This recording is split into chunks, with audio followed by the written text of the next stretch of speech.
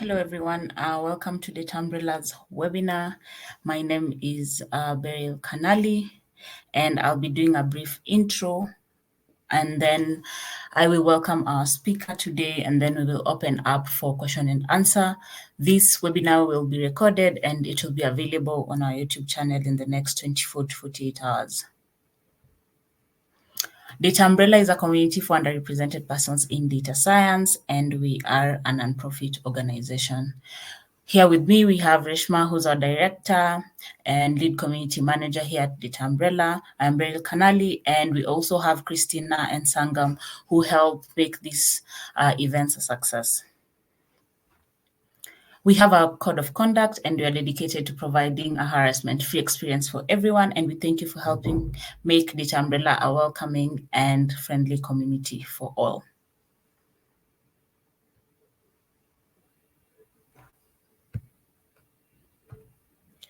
So you can support Data Umbrella in various ways. So one way is by following a code of conduct. The other way is sharing our events with your peers and other people who you know who might be interested. And the other way is contributing to our open source projects.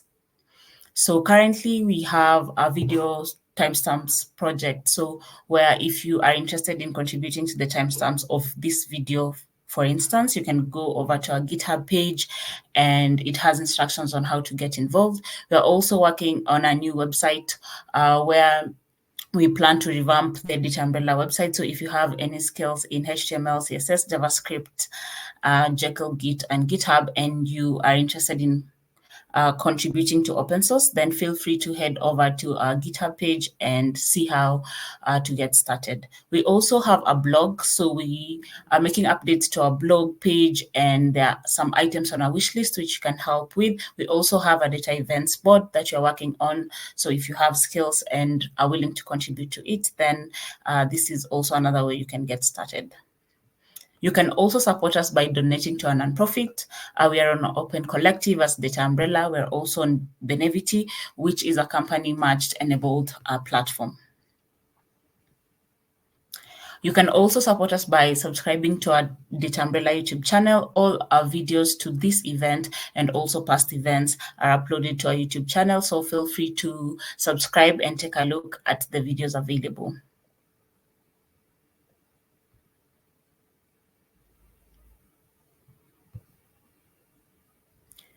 We also have different videos on YouTube. So we have playlists like career advice, data visualization, data science for beginners, contributing to open source, scikit-learn, PyMC, and NumPy. All these are available on our YouTube channel. We also have a monthly newsletter on Substack, where at the beginning of every month, we release a newsletter to our community members where you can get resources, upcoming events, and videos to previous events. We are on all social media platforms, so you can scan our QR code, or you can also find us on Meetup where we post all upcoming events. You can find us on YouTube. You can subscribe to our newsletter. We are on GitHub. You can follow us on GitHub. We also have a job board that we try to update with jobs that are available in the data and open source field. We are also on Twitter, which is now X, and LinkedIn as Data Umbrella. For this event, we have live captioning. So if you are interested in using the live captioning feature, just head up on your menu. There's a button labeled CC, and you can use the feature for this webinar. We also have an online suggestion box. So if you have any suggestions for future event topics that you would want us to host, feedback on this event, any technical issues, or any other feedback generally, then feel free. This link will be shared on the chat, and we'll also have the slides on the resources page and handouts where you can get it.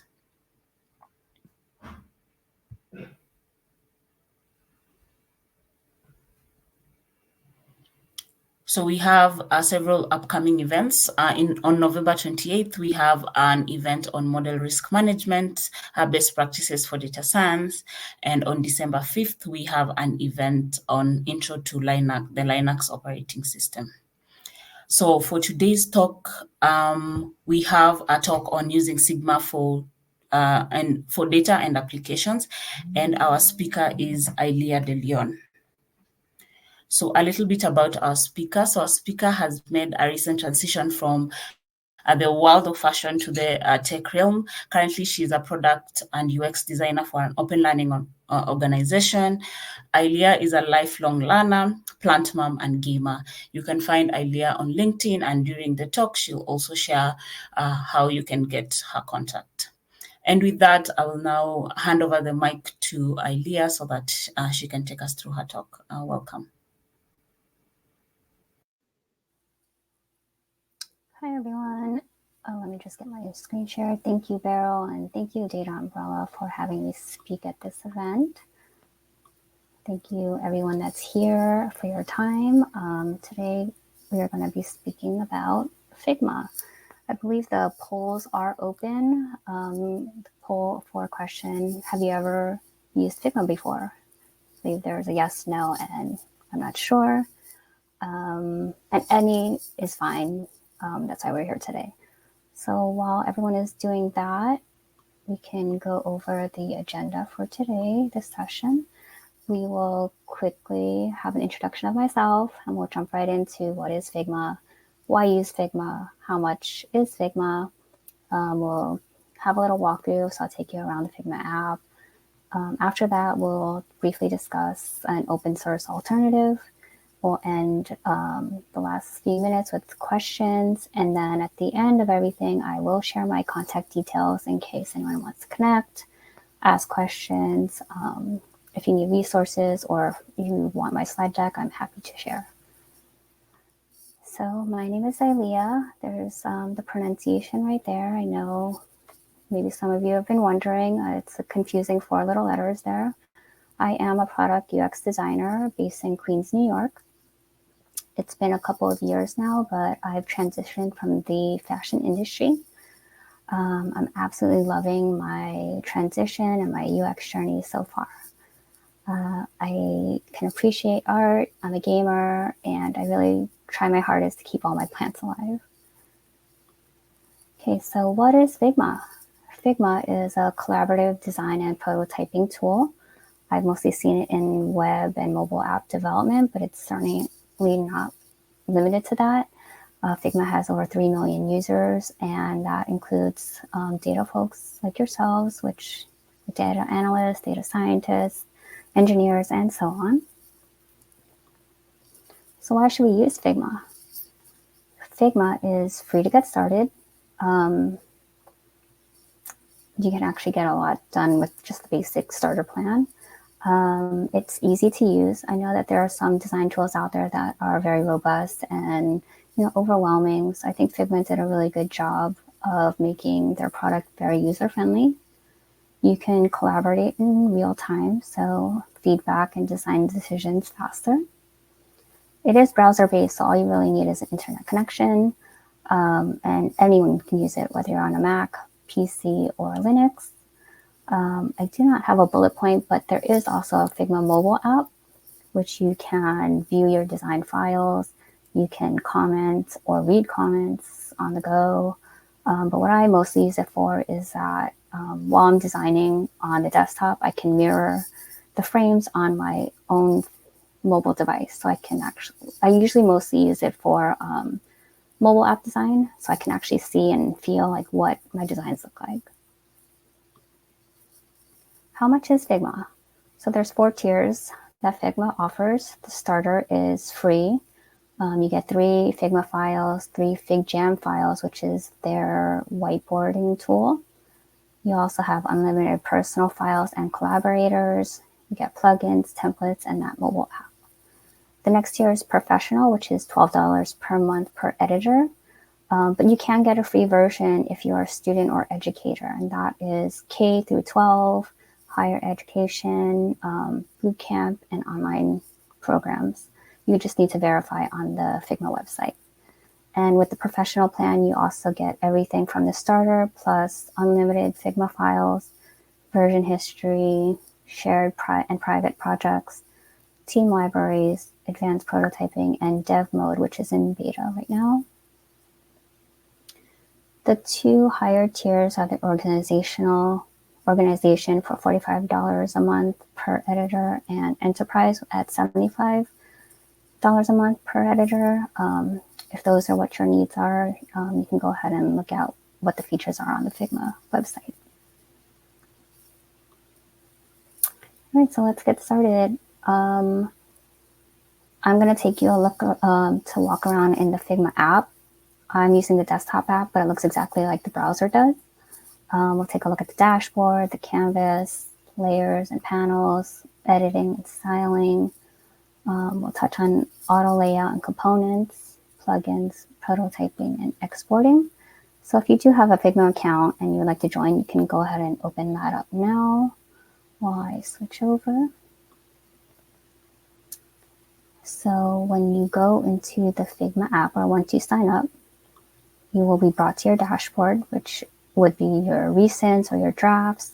But up at the top, over here, this blue button, you can create a new design file or a FigJam board. You have your recents and your drafts on the left side, and then all your teams. Right at the top, you can also click on that little globe, which is the Figma community. And here you can search for templates, plugins, UI kits, inspiration, and so forth. You can explore that later. But once you click in a new design file, you will be brought to the canvas, and you can rename it right at the center there. When you open up, you will have only one page, but you can add up to 3 pages with the basic free plan. And then here on the left side, you have your layers panels. So you can see all the layers that you have. On the right side, under design, you can actually change what your canvas looks like. So if you want dark mode, you can go ahead and make that darker. Oops. We'll skip over variables and styles for now, but then we can go into exporting. So you can export any layer, component, whole page designs. You can do PNG, JPG, SVG, or PDF. If you head over into the prototype tab, when you're viewing your prototype, you can select the device that you would like to view it on. So there's, as you can see, many different options. You can also change the background of your prototype. Going up here, we have our zoom and other canvas settings. We also have our present and preview. So the present will open in a new tab, and the preview will open as a pop-up. And we can go into that a little bit later. This toggle right here is the toggle for dev mode. So in the free version, I don't think you have access, or you don't have access to everything, but you do have, you can grab some code from your objects once you have some right there, and that's the toggle. You can also share, so you can share through email, change the access, edit, view, or view prototypes. You can change the access of the file. Here you'll see all the people that are in your file. You can also copy the link or get the embed. When you have a team, you will have multiple people showing up here, different icons with their initials. And then you can click on them and follow the work that they're doing.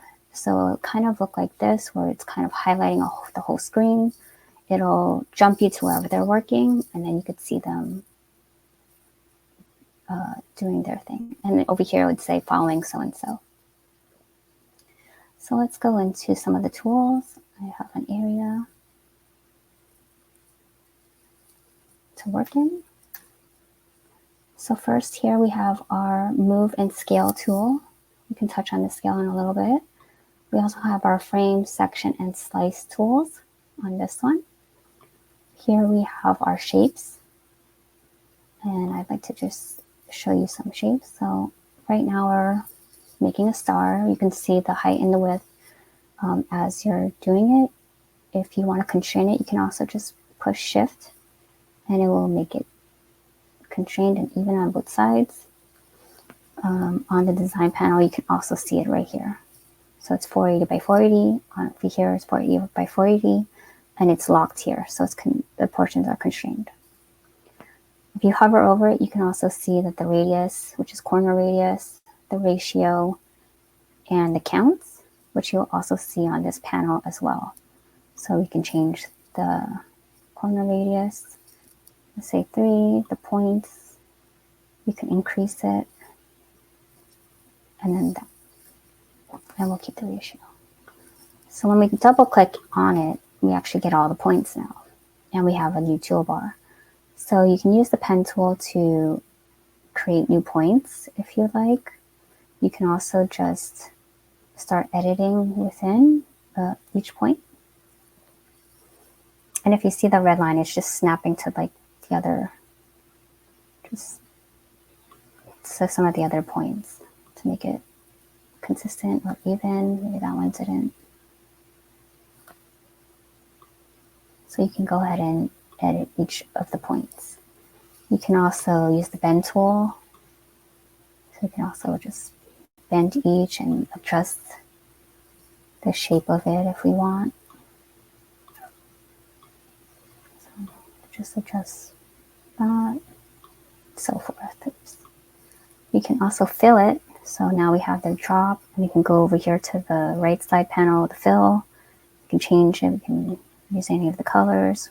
I have some document colors that I've used, so we will just use that one. So, and then we're done.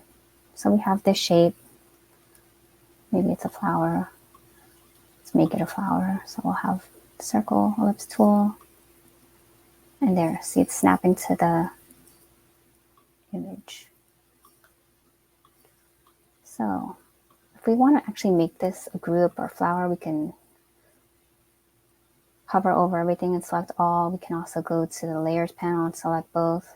Clicking shift, we can click shift on either of them, and we can right click. Oops. You can right click and group selection, which the shortcut here for Mac is a Command G. And now it's a group. You could just rename that to flower. So now we have that group. Since we're also on the ellipse tool, let's do another quick thing. So I'm duplicating, so I did Command D on a Mac. I believe on a PC it's just Control D. So right now we have 4 different shapes. So we want to make it into one. We can come up here. We can union the selection. So now we have a nice little cloud. We click on it, go to the right side, change the color. We can add a stroke if we want, so we can change the color of the stroke as well. We can make it thicker. Maybe zoom in a little bit. Make it thicker. We can choose if we wanted center, inside, or outside the object. These 3 buttons over here, you can also change it from a solid to a dash. And then you can also change the spacing between. We can also add effects. We do have inner shadow, drop shadow, layer blur, the background blur. So I'm going to choose a drop shadow, and if you click on this little sun right there, we could then change the X and the Y, the layer, the blur. You can change the color. It doesn't have to be that color. So now we have some styling on it. We can also click on it, and if we don't, maybe we don't want to see the shadow, we can toggle it off with this eye, or if we don't want to see the dashes, you can also take that out.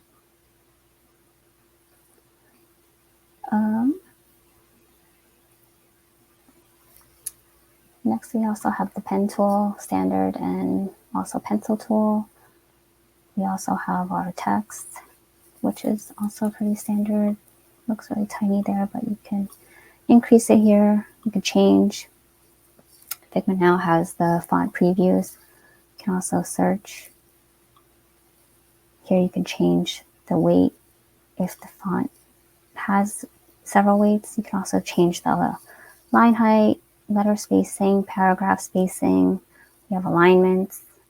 If you click on the three little dots here, you can also have underline, strike through, no decoration. Or you can also change the case. So if you want it all to be caps, lowercase, go back to title case, or just nothing. You can also do lists, so bullet lists and number lists. And you can also, if you have a long paragraph, you can truncate it, and that's the view right there. There is one, you can also here, you can also change the colors. You can add strokes and the effects as well. Let's just go back to the color here in the flower. You can also make it a gradient. So it doesn't have to be just solid.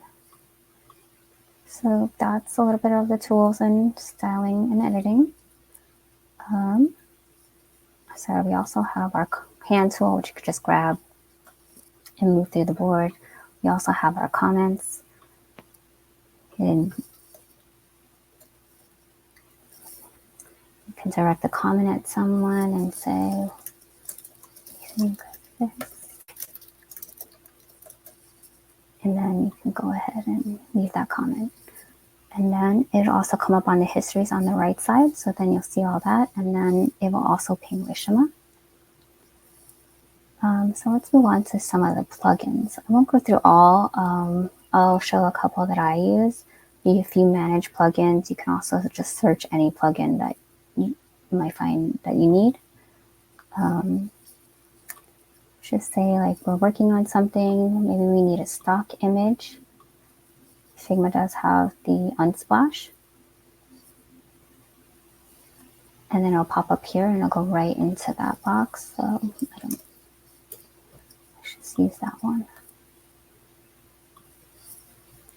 So if you double click on it, you can actually change, some of the settings here.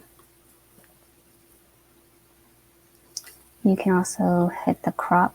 There's also the crop tool up here, and you can change the position. You can also stretch it out if you need to. You can also add a color on top. Just go here and let's make the opacity a little bit lighter. So if that is what you need, you have that, and you can always drag and drop over here. So if you don't want that, you can either delete it here with the minus sign. You can close the eye, and so forth. Another plugin that I use is Iconify. Again, there's other ones that you can use. I should say we want the Figma icon. You could change the color, choose these, or you can put in the hex code. You can also change the height of it. And then if you just import that icon, and then it'll come up. It usually does it outside of the board, but you can drag it in. And there it is. One that I like to use for data visualization, like graphs and stuff, is Figpie. There might be other ones out there, but this one works for my needs. You can always add different data values, change the colors and the size. Here we go up. Oh, it's only going by once. So there we go, we dropped it in. We can now click in each one, change color if we need to. Or if we click on the whole thing over here on the selection colors, it'll show us all the colors that are on that piece. So those are a little bit about plugins. Let's move over to touch on layouts and components. So let's say that you want to make a button throughout your designs. We'll just make this rectangle, and we'll go here and change the corner radius. Give that a 10. We'll also change the color. And maybe we'll add text. I just hit the T and it highlights the text. You can just write the text, which I think is too big. Let's go to 40. Just center that. It clicks right in, so you see it's in the center now. So if we highlight both, select both, if I shift A, which is add an auto layout, you can also right click, add auto layout, or you can go to the right side panel and there is auto layout. you can hit the plus, and then you get the auto layout panel. So this is the direction of the layout. We have the spacing in between items, and then we have the horizontal and vertical padding, as well as the alignment. So we'll also know that it changed it to a frame, so we can go ahead and rename that. And say we're going to be using this all throughout our design, and we want to make it a component so that we can easily just change the parent and not every single one in each design. So we'll make that a component. It now highlights to purple. The main component will be a filled-in diamond, as you can see there. I'm going to duplicate, so again, Command D for Mac. So then it's the same. You can also go to this Asset tab right there and see your components. Click on it, insert instance as well. So if we go back to the Layers panel, you'll see that the main component has the filled-in diamond, and the duplicates have an empty one. So we know that these are just duplications of the main, or instances of the main one. You can also right-click and go to main component if you need to find the main one. So I'll bring you to the main one, and then you can return to the instance. And then say now in the duplication you want to change the text. You can see that the whole thing is growing with it. It's keeping the padding just because of the auto layout. So if you don't like that, you can also see here that it's saying it's hugging contents. So if you don't like that, or you want all your buttons to be the same size, or if it's not a button, just the object, you can also fix the height and the width. So you see now it stays the same. We can have another button. We can change. Maybe we want this one to stand out more. Make it yellow. Or maybe we don't like the blue. You know, you can always change the parent one, and it will change the other. Since we changed this one on its own, it will remain that way. And maybe now that I'm feeling, oh, maybe we want to have an icon. Maybe I should have done that before. You can always go into the main, let's grab an icon, any icon that we might need. Let's import that in. And because of auto layout, it already puts it right in there. So that spacing in between, if we click here, is 10. So our padding, you can see all the paddings. So right here is 10, which is also on the auto layout panel. So we can also increase that. Let's see how that goes. And let's say we don't need the icon for subscribe. We can just click on this instance and hide it. Right. So we also know that these are all just being called button. So we're not confused. We can rename them. This one is follow. So then when you duplicate it and use it somewhere else in your design, you know that it's the same one.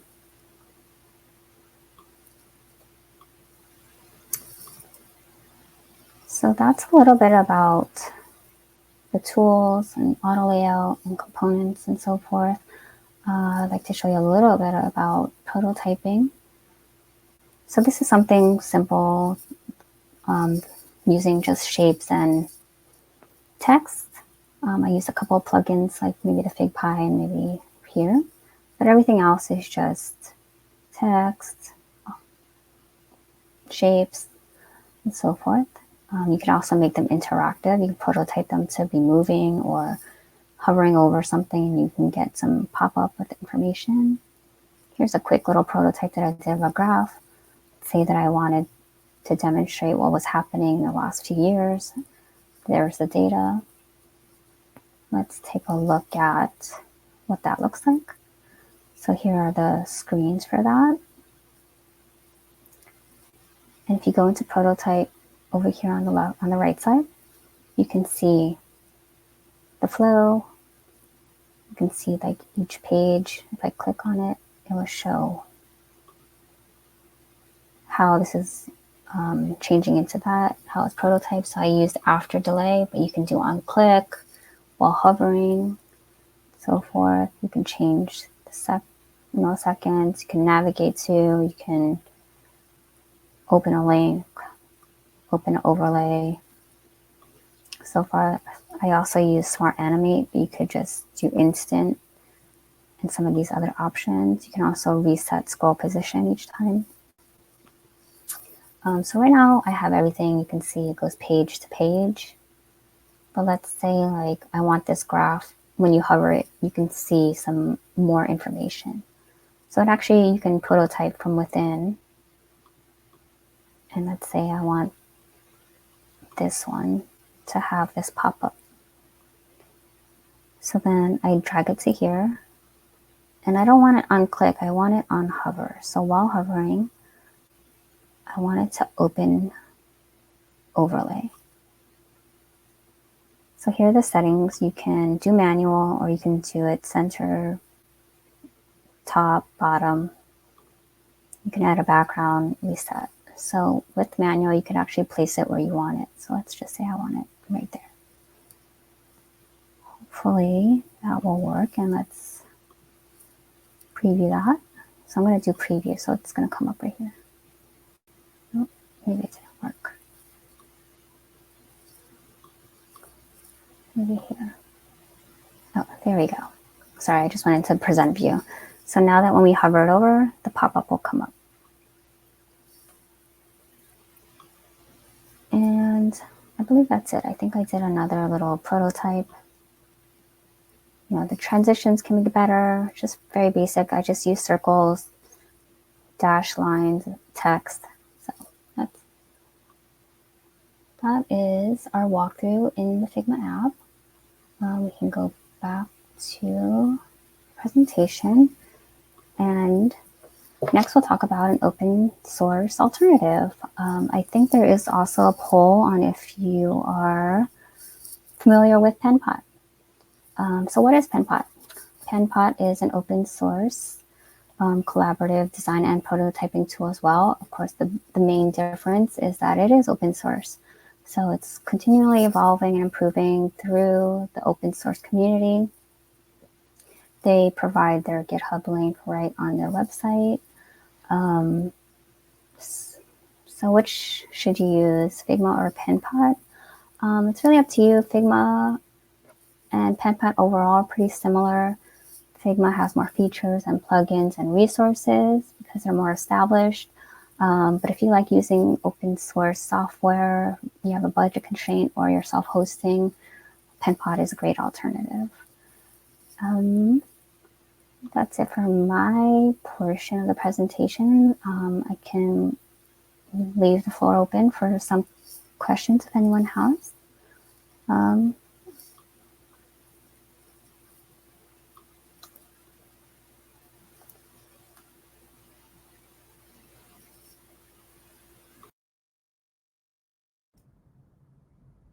So I have a question while we wait for people in the audience to have questions. And the first is, are you available for freelance work?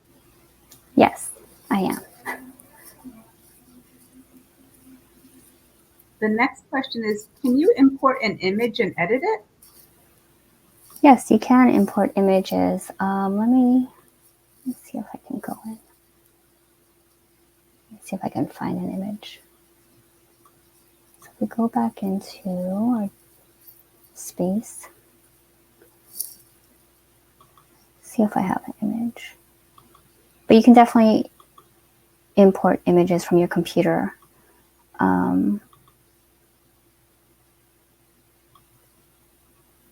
Let me do this one. So if you're on your canvas here, you go into the shapes menu, and here is place an image. So if I just place an image in an open space, it will be big. Of course, you can resize it. But if you wanted it into somewhere more contained, like say we're this box, you can click on this box, place the image. See same image, and then you could put it within. And again, you can use the crop tool. You can stretch it. You can change even the rectangle size. And then you can also just stretch out if you need that. You can also, again, change some of the filters, make that a little bit brighter, change here and there. So yes, you can import images and adjust them, change them. You can add other images on top, so forth. Again, you can add the color on top if you need it.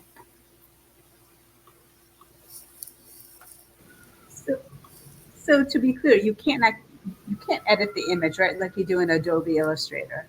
Not the actual, like if this is just like a PNG or a JPG, no. You can edit some of the SVGs as well, but not like, it's not like Illustrator. You can go ahead and edit the whole entire thing. Okay, great. There's a question from someone, how can I turn design to code for a developer? Sure, let me see if this will show. So if we click on this flower and we go into dev mode, so now we'll see everything's in green, but here you'll also get some of the, the padding, you'll get some of the code, I think. Let me see, CSS. So you'll get some of it. Colors, the assets, properties. So on the free version, it's limited. Dev mode is in beta on the professional version, which I think you can actually get lines of code.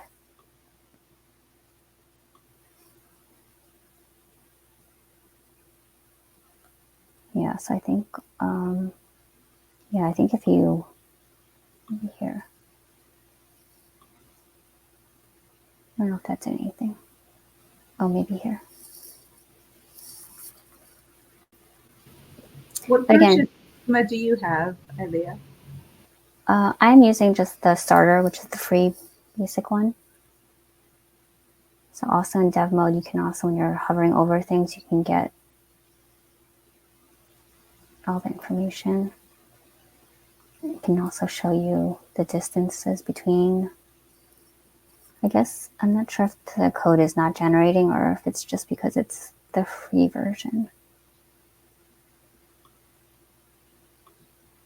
Oh, see here. I don't know if Swift UI, here's some code you can copy. I don't know how accurate it is. I haven't tested it, but. What are the other code options? What are the other code options? So I think that there are other ones once you have dev mode, which is in the other version, the professional, but I think right now I just have CSS. Oh, maybe here. I can change the unit settings. Oh, I had React and HTML. But I do want to say that I think in dev mode, you can get like JavaScript maybe, or different, maybe Tailwind CSS. Not sure.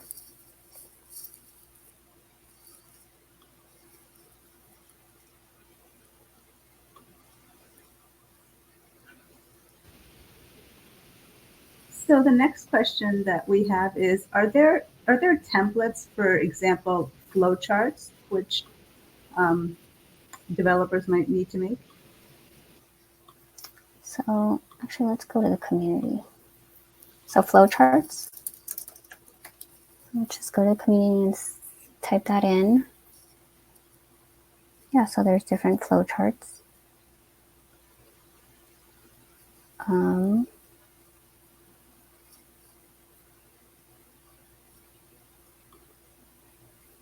I just clicked on one. say if we want to use something like this, we can just, well, this is a FigJam file, but you can open it in FigJam, which is the whiteboard.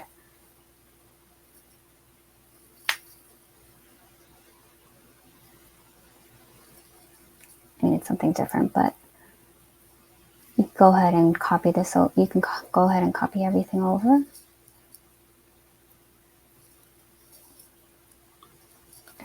You can just put it right in. I think it should copy over.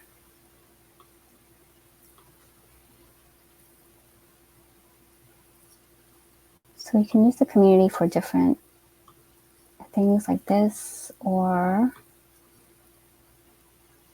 I think a lot of it is in FigJam, which is the whiteboard, the collaborative whiteboard. Let's see if there's something else. See this flowchart.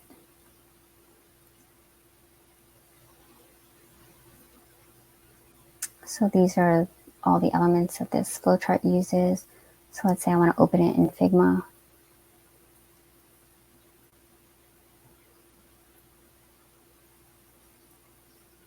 Again, you can just copy it in to your file. So you can either copy the whole thing, or if you just need certain areas, and then you could just copy it into your own board and workspace.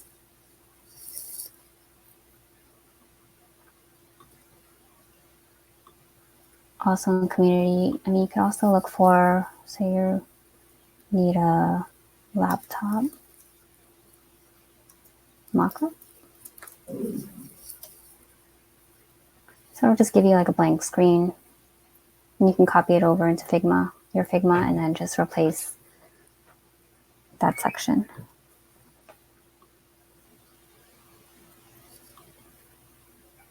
I don't know why it's gray, but just open in Figma.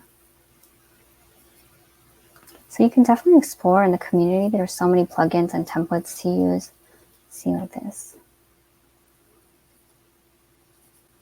There's UI kits if you're designing for iPhone. You can get all of the Mac icons, iPhone icons, or Android, I believe they might have.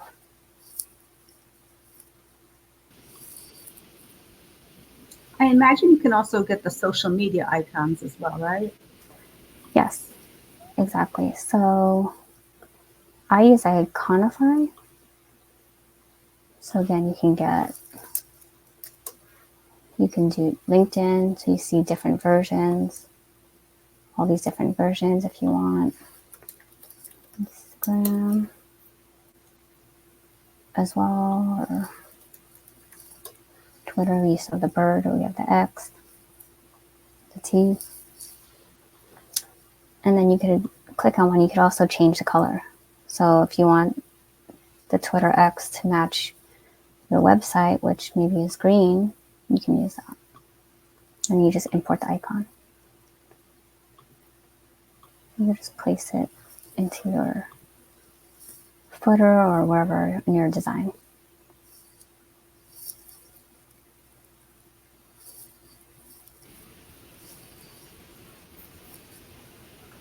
So again, you could just explore in the community and different plugins that you can use. There's also a QR code generator. There's also one that's called Blush, just for illustrations if you want to add some illustrations. Some are paid, some are free, so you'll be able to see Pro is the paid one. We can use this one for free. Oh. And then you can customize it.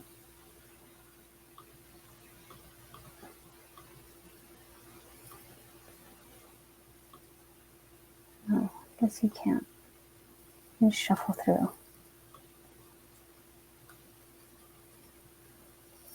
So definitely explore the community and plugins, templates.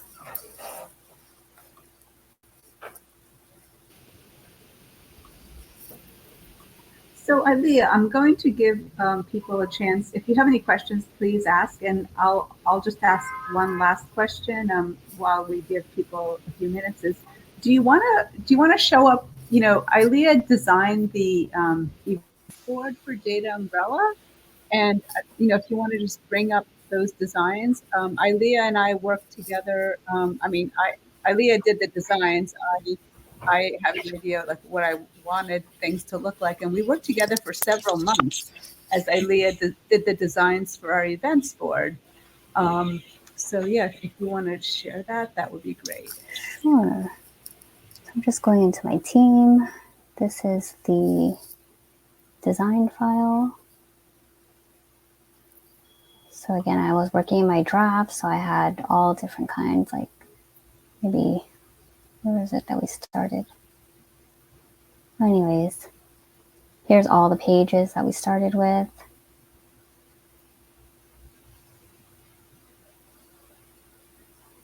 So again, just like a nav, all the elements.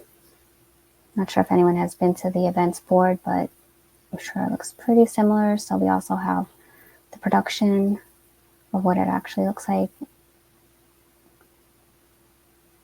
Here's the light mode.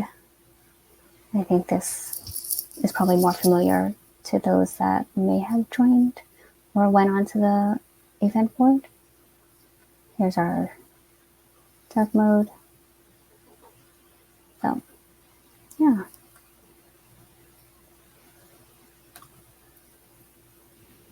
And also, I don't know if you showed it, but you also have the mobile prototypes as well. Right? Oh, yes. I also have that here as well. Thank you for reminding me, Reshma. Yes. So this is the mobile view is like, we designed how the hamburger menu is going to act, and just how everything is going to look. And then if you go into prototype view, actually maybe this one's not prototype, maybe in the drafts. You can see how everything is connected. I don't think, maybe the mobile is not prototype. But yeah, you can see how it's all designed and how it's leading to each other. So Ilia, were you able to do all of those designs for the events board using the free version of Figma, or did you have a higher tier? No, I use just the free version. The free version is taking me a long way. I use it for personal and also for work-related projects, and it's been great so far. I do think that because Figma released some new features this year at their Figma convention, like dev mode and advanced prototyping, if that's the stuff that you want to do, then you might want to consider that tier. But otherwise, the free one has taken me a long way. Great.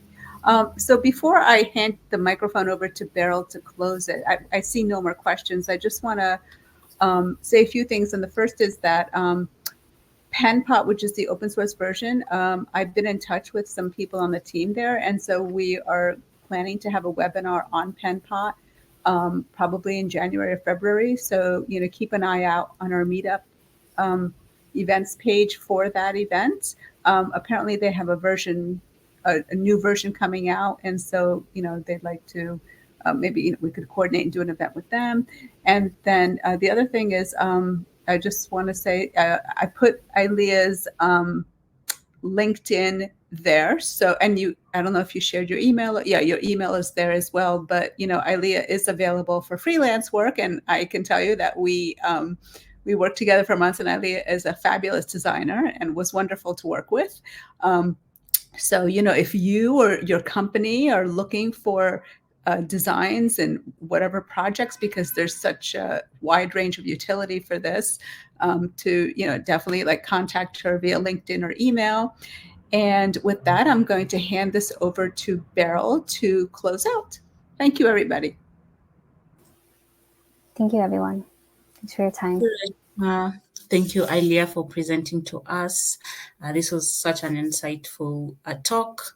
With this, I'm going to end the webinar. And just a reminder, is that this video will be available on our YouTube channel in the next 24 to 48 hours.